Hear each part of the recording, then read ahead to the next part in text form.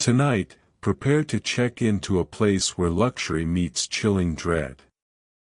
Imagine winning the trip of a lifetime, a complimentary stay at the most exclusive hotel in the city, the kind of place you only dream of. But what if your dream vacation quickly transforms into a waking nightmare? What if you're the only guest, and every single room is number 13? Settle in, because once you hear this, you might never look at a hotel stay the same way again. This is my story. I'm the only guest in a hotel where every room is number 13.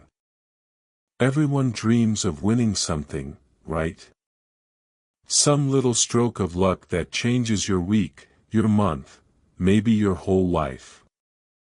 I was one of those people. I filled out the online forms, I dropped my business card in the fish bowls at restaurants, always hoping for a free dinner or a gift card. I never actually expected to win. And I definitely never expected to win this. It showed up on a Tuesday.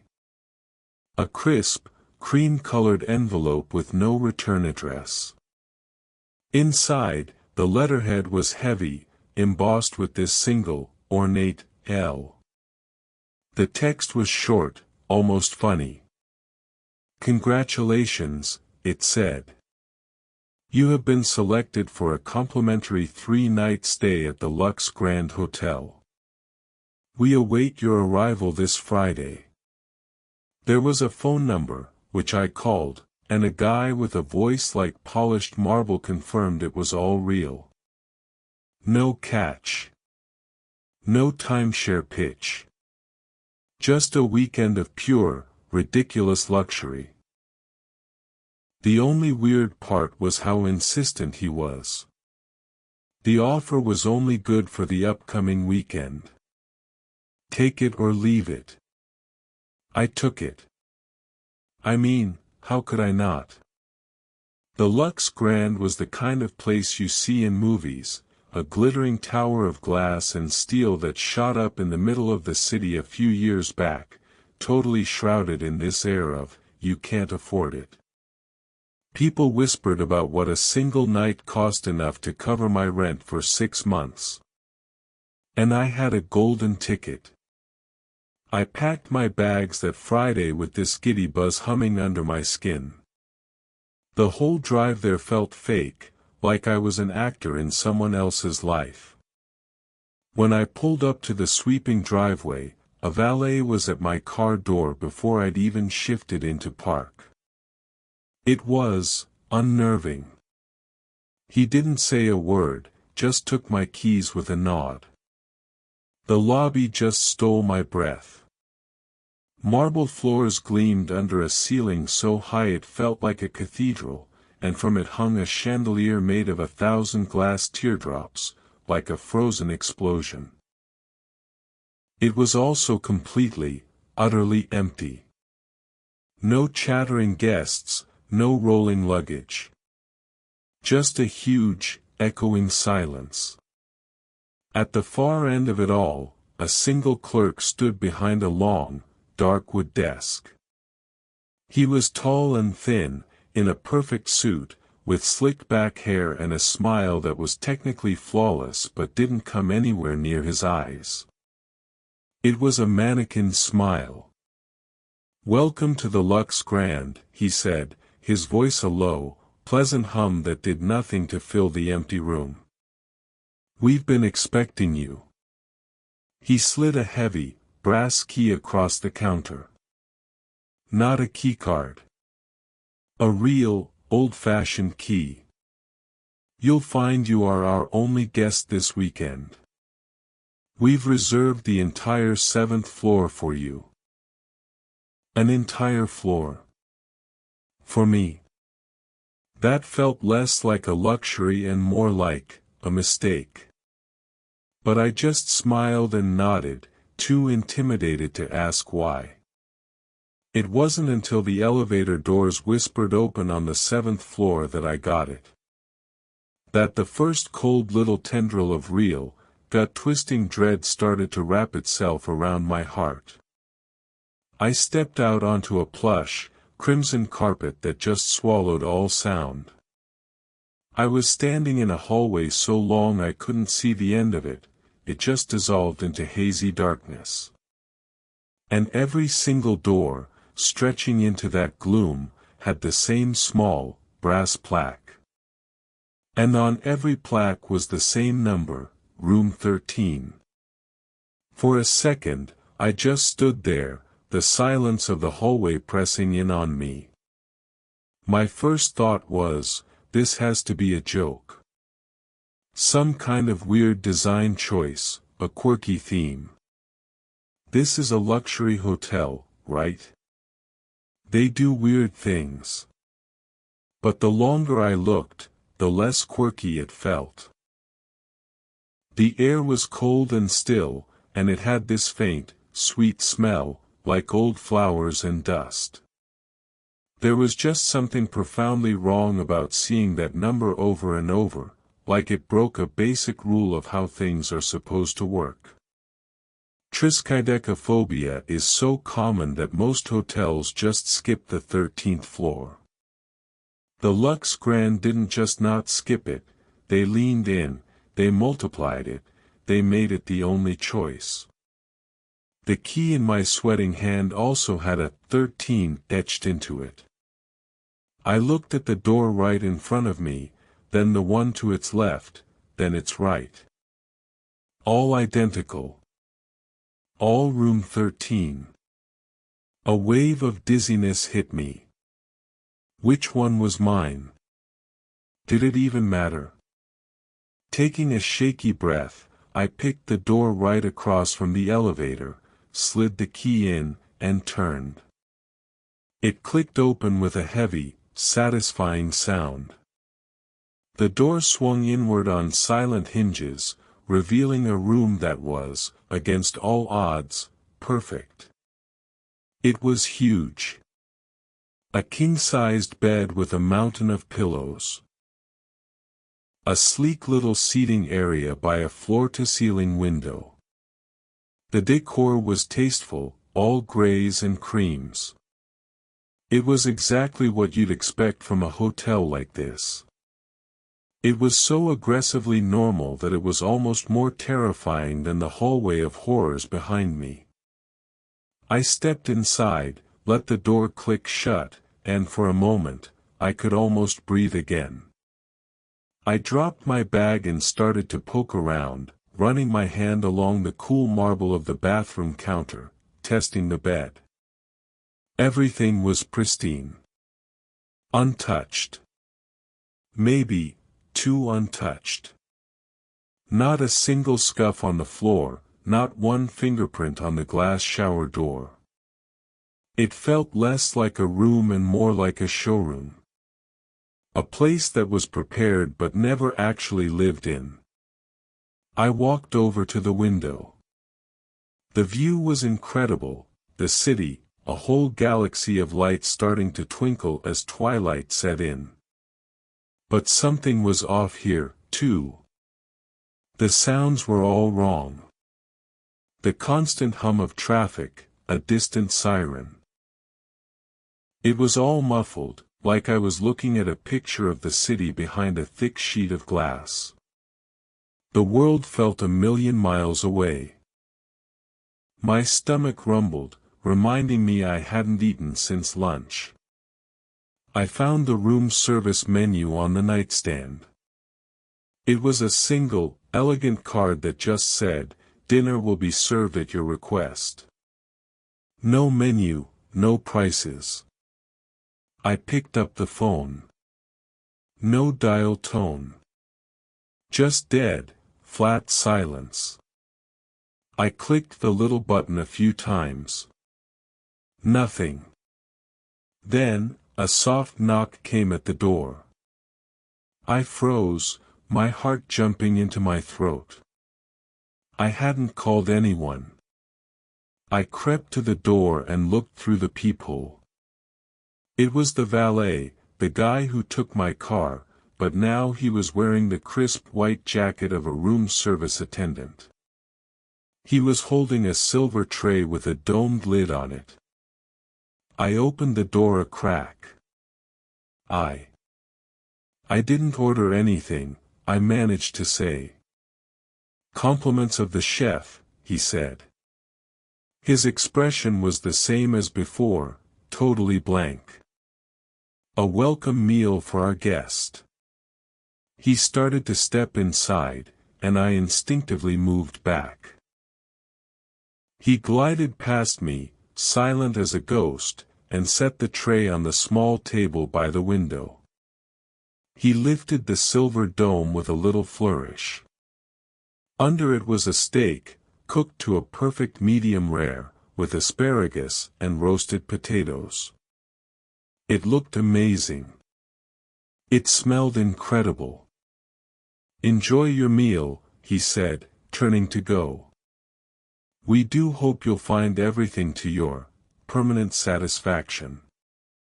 That phrase just snagged in my brain. Permanent satisfaction. What a weird thing to say. I tried to dismiss it as a formality, maybe a language thing. "Thank you," I mumbled as he reached the door. He paused, his head turned just slightly, his eyes not quite meeting mine. "We are so pleased you're with us. It's been a long time since we've had a guest in room 13. But," I started, totally confused. "The clerk said the whole floor, all the rooms are." His smile widened, this slow, unnatural stretching of his lips. "Yes. All of them." And then he was gone. He pulled the door closed, leaving me alone with the meal and his bizarre words. I stood there for a full minute, the smell of the steak filling the room, my appetite completely gone. I looked at the door, then at the food, then back at the window. The city lights seemed dimmer now, farther away. I didn't eat the steak.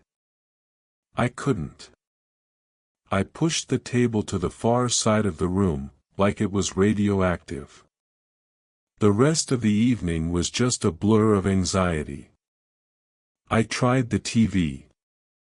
It flickered on, but every channel was the same, black and white static, hissing and popping like bacon in a pan. I tried my cell phone. No service. Of course. Exhausted but way too wired to sleep, I decided to take a shower. The water pressure was amazing, a hot, steaming torrent that helped chase some of the chill out of my bones.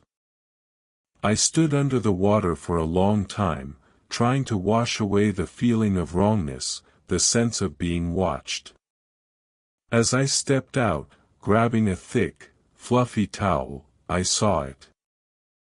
On the steamed-up surface of the bathroom mirror, someone had traced a single word. "Stay." I just stared, my breath caught in my chest. The writing was neat, almost elegant. It wasn't there when I got in. I was the only one in the room. I frantically wiped the mirror with my towel, smearing the word away until it was gone. But I couldn't erase it from my mind. It felt like a suggestion, a command, and a threat, all at once. That night, I didn't sleep in the bed. I pushed a heavy armchair against the door, a pointless gesture, I knew, but it made me feel a tiny bit better. I curled up on the sofa by the window, wrapped in a blanket, and just watched the silent, distant city, feeling more alone than I ever had in my life. Sleep, when it finally came, was thin and restless, filled with dreams of long, empty hallways, smiling, silent staff, and a door with the number 13 that I kept opening, again and again. Sometime in the deepest, darkest part of the night, I heard a sound from the hallway. It was faint, but it was there. A slow, rhythmic scraping, and a soft, polite cough. It was the sound of someone polishing the brass plaque on my door. The sun never really came up. The sky outside the window just shifted from the black of night to this perpetual, steely gray twilight that never got brighter. It was daytime, I guess, but the world outside felt stuck, trapped in an endless dusk. My first real thought was, I have to get out of here. Not just the room, the hotel. The free stay, the luxury, none of it mattered. The place was wrong. Deeply, fundamentally wrong. The word on the mirror, the polishing in the night, the dead phone, they weren't quirks. They were warnings. I threw my stuff in my bag in a frantic rush, my hands shaking. I didn't even bother to change. I just wanted to see the lobby again, to feel the marble under my feet, to see the front door. I dragged the armchair away from my door, took a deep breath, and pulled it open. The hallway was exactly the same. Endless, silent, and lined with doors all marked 13. The air felt colder today, though. I practically ran to the elevators, jabbing the down button over and over. A soft chime, obscenely loud in the silence, and the doors slid open. I jumped inside, clutching my bag like a shield, and slammed the button for the lobby. L. The elevator started to go down. I watched the numbers light up. 6. 5. 4. A wave of relief washed over me. It was working. I was getting out. Then, after 4, the elevator shuddered to a gentle stop. The light for 3 didn't come on. Instead, the doors slid open. I was back on the 7th floor. I was staring down the same crimson carpet, the same endless row of doors. I looked at the panel. The L button wasn't lit anymore. Only the 7 was glowing, a single, angry red eye. It couldn't be. I must have hit the wrong button. Shaking, I jabbed at L again. Nothing. I tried 1, 2, 6. None of them worked. The only button that would light up was 7. In a panic, I mashed the door open button, desperate not to be trapped in this moving box. The doors stayed open, just patiently waiting for me to step back into the hall. Defeated, I did. The second my feet hit the carpet, the doors slid shut and I heard it whir away. Stairs. There had to be stairs. There are always stairs. I scanned the walls, my eyes darting everywhere. Halfway down the hall, almost hidden in the dim light, I saw it. A small, plain door with an exit sign. Hope surged in my chest. I sprinted towards it, my feet making no sound on the thick carpet. I threw the door open and was hit with a wave of cold, musty air. It was a concrete stairwell, dimly lit by caged, yellow bulbs. It smelled of damp and decay, and it was the most beautiful thing I'd ever seen. I started pounding down the steps, taking them 2 at a time. 7th floor, a stenciled sign read. I kept going. 6th floor. Then the 5th. My lungs were on fire, but I didn't care. I was escaping. I passed the fourth, then the third. When I got to the landing for the second floor, the door was propped open, and through it, I could see another hallway, identical to mine. I ignored it and kept going. Just get to the ground floor. I hit the next landing, expecting to see a sign for the first floor. Instead, the stenciled letters read, 7th floor. I stopped dead, my blood turning to ice. Impossible. I was going down. I looked up the stairs, which spiraled into darkness. I looked down, and they kept going. But the sign was right there. I had somehow looped back on myself. I didn't believe it. I ran down another flight. And another. Each landing I reached, every single one, was marked 7th floor. The stairwell was a loop, a concrete trap that only led back to itself. Pure, raw panic crashed over me. I was trapped. Truly trapped. The realization hit me like a punch to the gut, knocking the air out of my lungs. I leaned against the cold concrete wall, my head spinning. I was a rat in a maze built by a psychopath. A soft cough echoed from the propped open doorway on the landing. I peered through and saw her. A maid, standing by a housekeeping cart. She was a stout, older woman, her gray hair in a tight bun.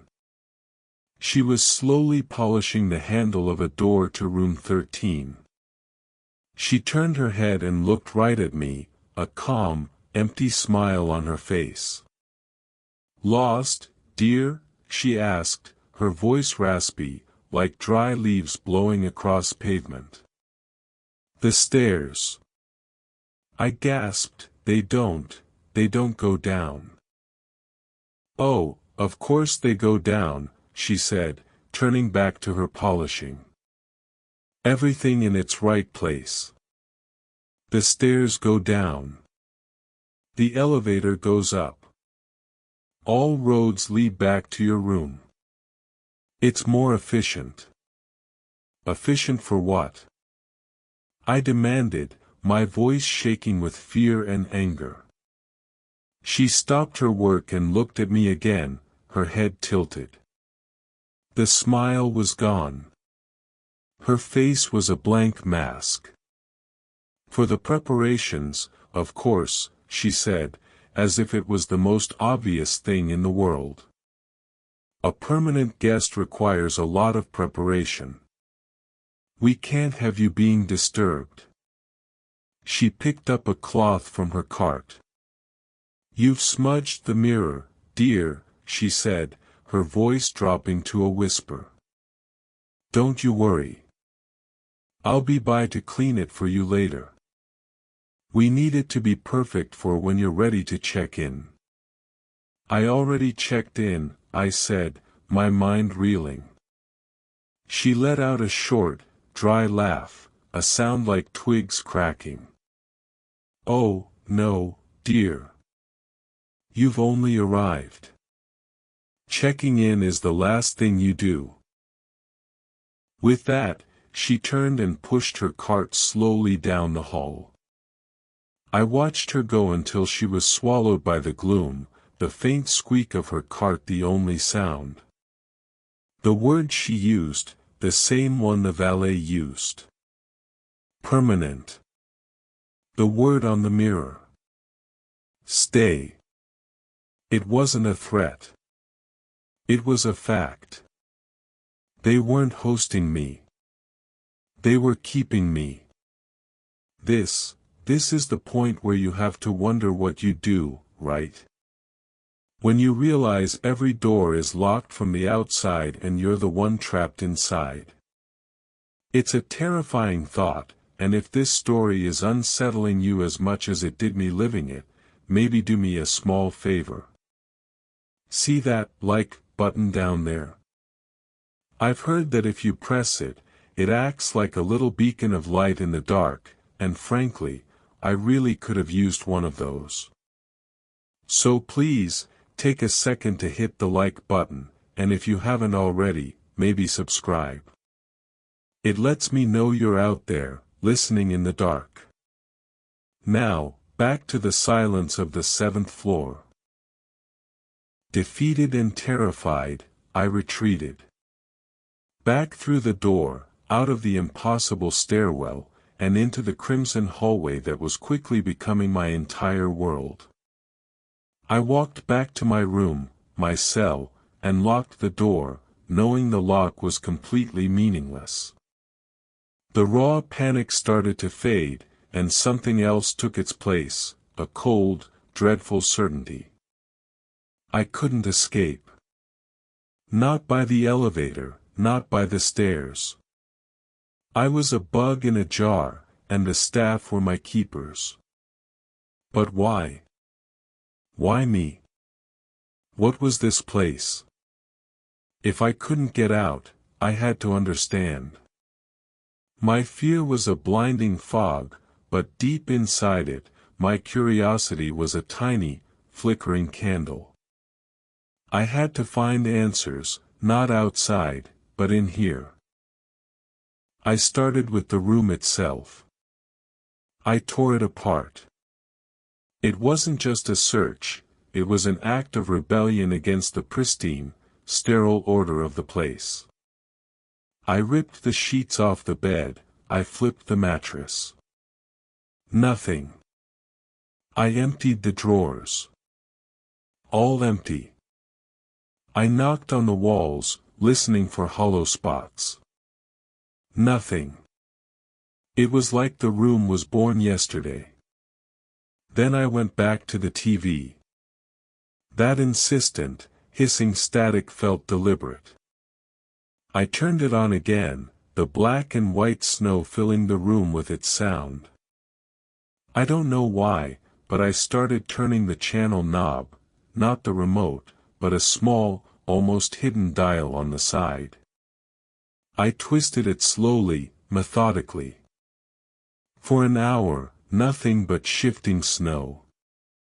And then, for a split second, an image flashed on the screen. It was so fast I almost missed it. A face. A man in an old-fashioned suit. I twisted the dial back, trying to find it again, my heart hammering. There it was, clearer this time. A black and white news report. The mysterious case of the Lux Grand Hotel continues to baffle authorities, the anchor said, his voice tinny and warped by static. Since its grand opening 1 year ago today, no fewer than 12 individuals have vanished after checking in. Police have turned up nothing. The hotel's owner, reclusive billionaire Alastair Finch, has refused to comment. The image flickered. A photo of a smiling couple. Among the missing are newlyweds John and Mary Weatherby, the anchor went on, who were on their honeymoon. They were last seen entering the hotel 3 weeks ago. My blood ran cold. The date on the report was 1963. This gleaming, modern hotel wasn't new. It was decades old. It was a predator that had been hunting for a very, very long time. Like the Cecil Hotel, a place with a history so dark it stains the walls, a place that collects souls. The screen flickered again. A different reporter, this one in color, the film grainy. The date at the bottom, 1985. Another disappearance from the infamous Lux Grand, now called the Murder Hotel, by locals. A traveling salesman, a father of 3, checked in and was never seen again.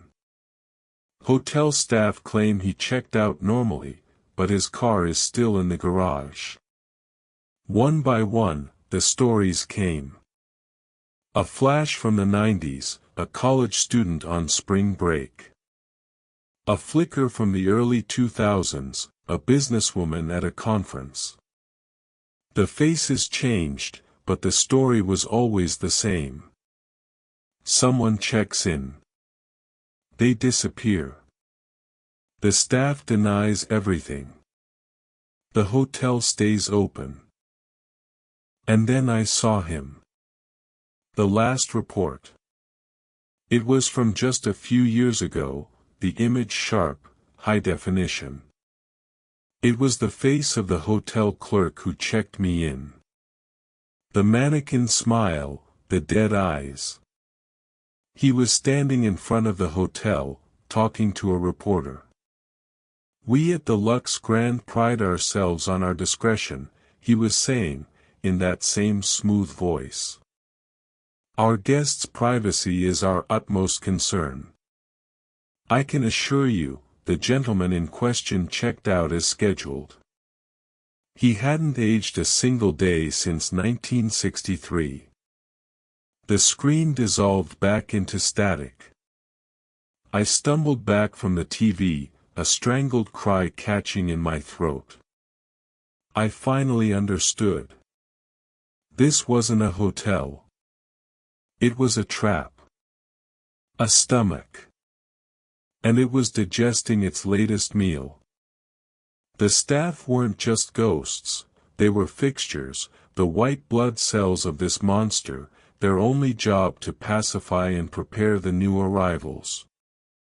And the number. Room 13. It wasn't a room number. It was a designation.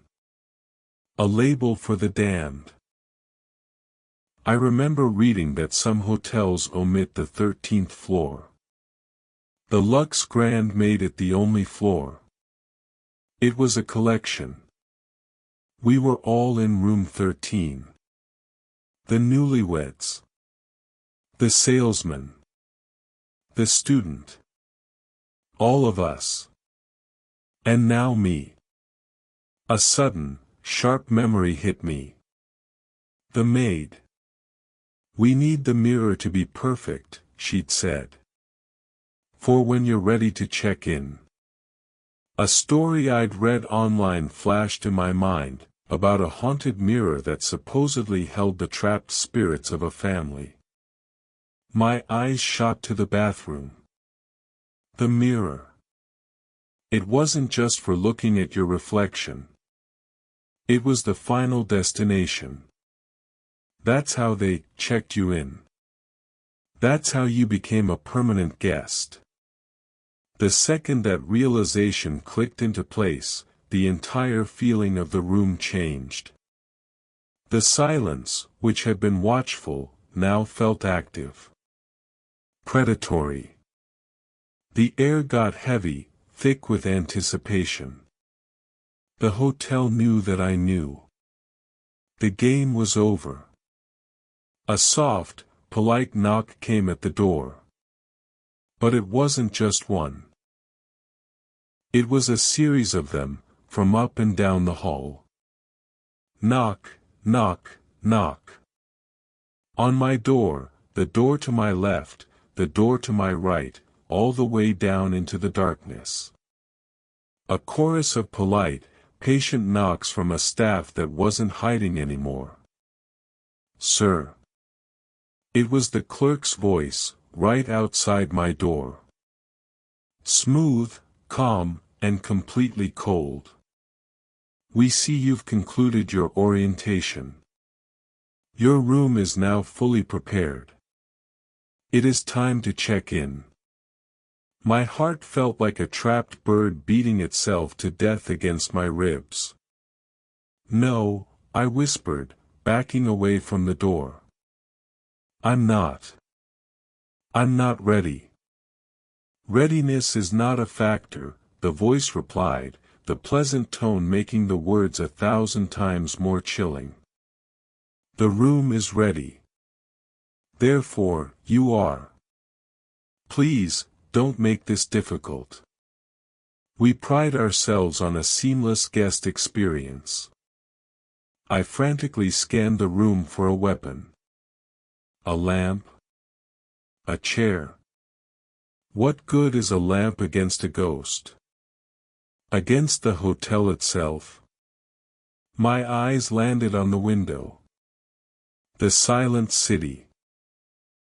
It was my only chance. It had to be. I grabbed the heaviest chair I could find, its metal legs scraping the floor. With a scream that was half rage, half terror, I heaved it with everything I had at the window.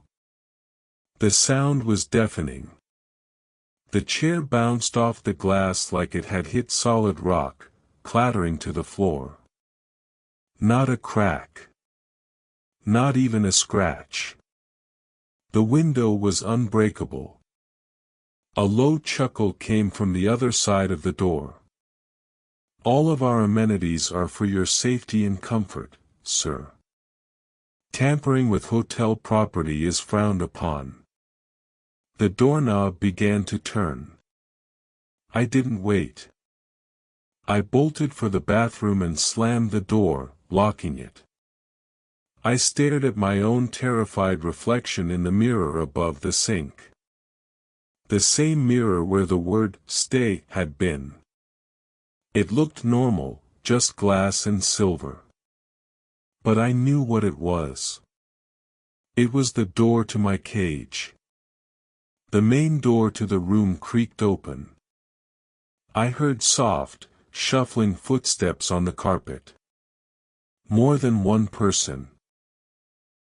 "Sir, there is no need to hide," the clerk's voice called, much closer now. "This is your room. You belong here." I looked at my reflection. My face was pale, my eyes wide with terror. But as I stared, I saw something else.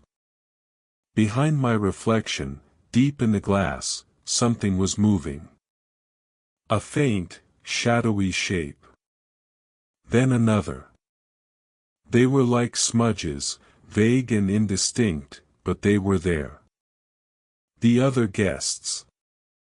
The others from room 13. The handle on the bathroom door jiggled, then clicked as the lock came undone from the other side. There was no escape. The door swung open.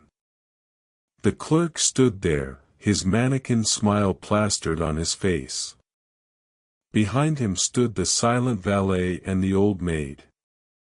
They weren't even pretending to be human anymore. Their edges were blurry, their bodies slightly see-through, their eyes just hollow pits of shadow. They looked like faded photographs. "It is time," the clerk said, his voice echoing. "The final formality." He stepped aside, gesturing to the mirror. "Please," he said. "Don't keep the others waiting." I looked from their ghostly shapes to my own reflection. I was trapped. If I fought, they'd take me. If I stood still, they'd take me. My mind was racing, searching for a loophole, anything. And then I remembered the stories about cursed objects. They're always tied to something specific, some trauma. This hotel, this curse, it had to have a source. A heart. The mirror was just the cage. The heart was the hotel itself, and its endless, repeating nature. What if I did something that didn't repeat? Something they didn't expect? With a final, desperate burst of adrenaline, I didn't run from them. I ran at them. I shoved past the clerk, my hand went through him like he was cold smoke, a feeling that almost made me retch, and burst into the main room. I didn't run for the door. I ran for the television. I grabbed the little room service menu from the nightstand. "Dinner will be served at your request." It was the only thing that offered a choice. "I'd like to order." I screamed into the silent room. "I'd like to check out."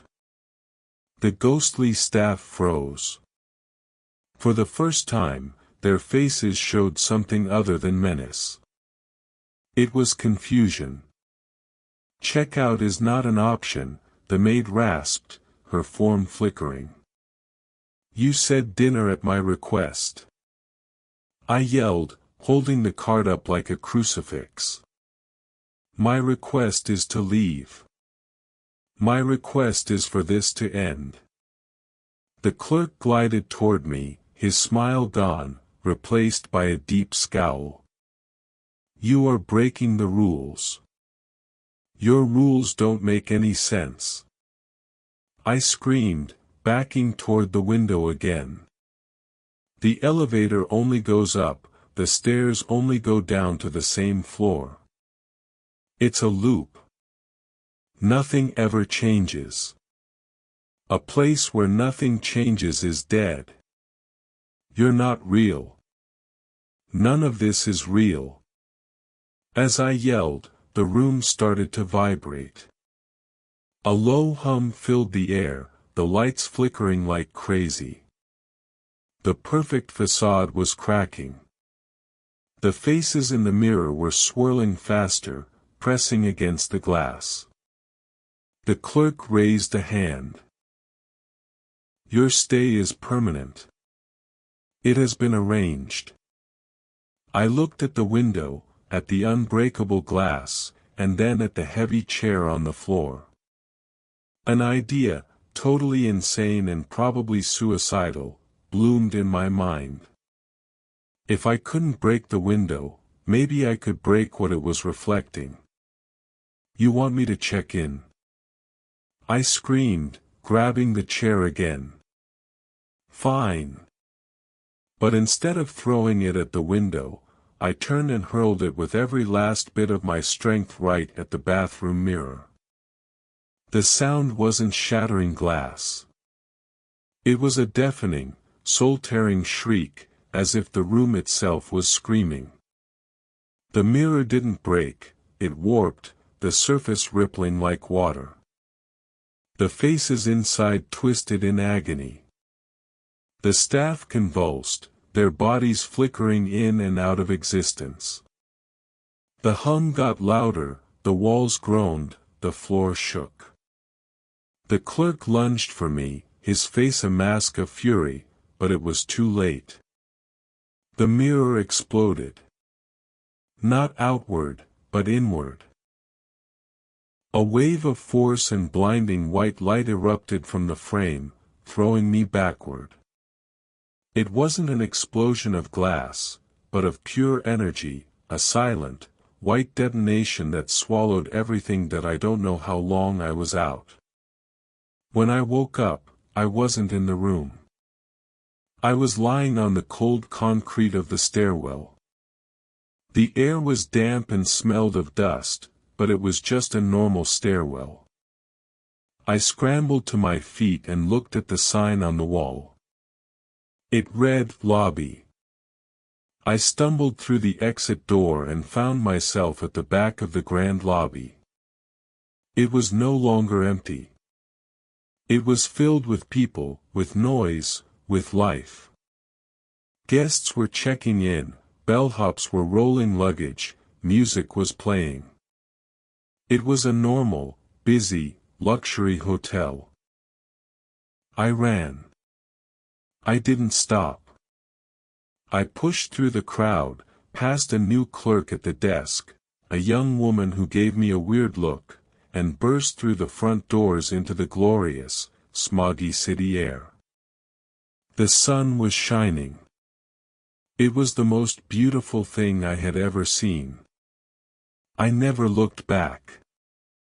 I left my car, my bags, everything. I just walked until my legs gave out, and then I took a bus to a town 1,000 miles away. Sometimes, late at night, I think about the Lux Grand. Was any of it real? Or was it some waking nightmare, a hallucination brought on by stress? I try to tell myself that's all it was. But then I'll catch my reflection in a dark window or a bathroom mirror, and for a split second, I'll see them. Faint, shadowy shapes moving just behind my own face. And I'll feel that cold dread creep back into my bones, because I know that when I shattered that mirror, I didn't destroy them. I just let them out. And I know that somewhere, in a city I'll never visit again, the Lux Grand Hotel is still standing, its endless hallways silent and waiting, ready to welcome its next guest. Because checkout is never really an option. They just change your room. And that's where my Lux Grand nightmare ended, or did it? The truth is, I still see them sometimes, lurking in reflections. If this story sent a shiver down your spine, if you felt that chilling sense of dread right along with me, then don't check out just yet. Hit that like button, it's like a beacon in the dark, letting me know you're out there. And if you want to hear more tales that blur the line between reality and the truly terrifying, make sure to subscribe and ring that notification bell. What's the creepiest hotel experience you've ever had? Let me know in the comments below. I'm always looking for others who've had unconventional stays.